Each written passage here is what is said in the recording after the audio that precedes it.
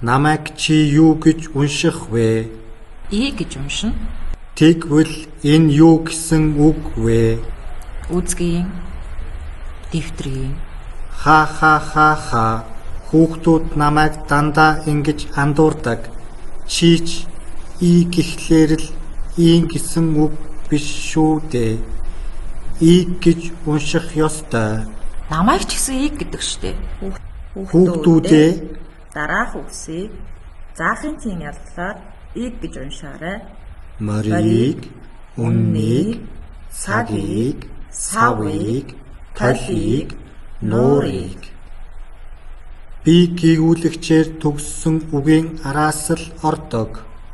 Харин би игшгээр төгссөн үгийн араас дагалдаж ордог шүү. Бид хоёрыг битгий андуурч уншаарай. Бид хоёрыг битгий сольж хэрэглээрэй.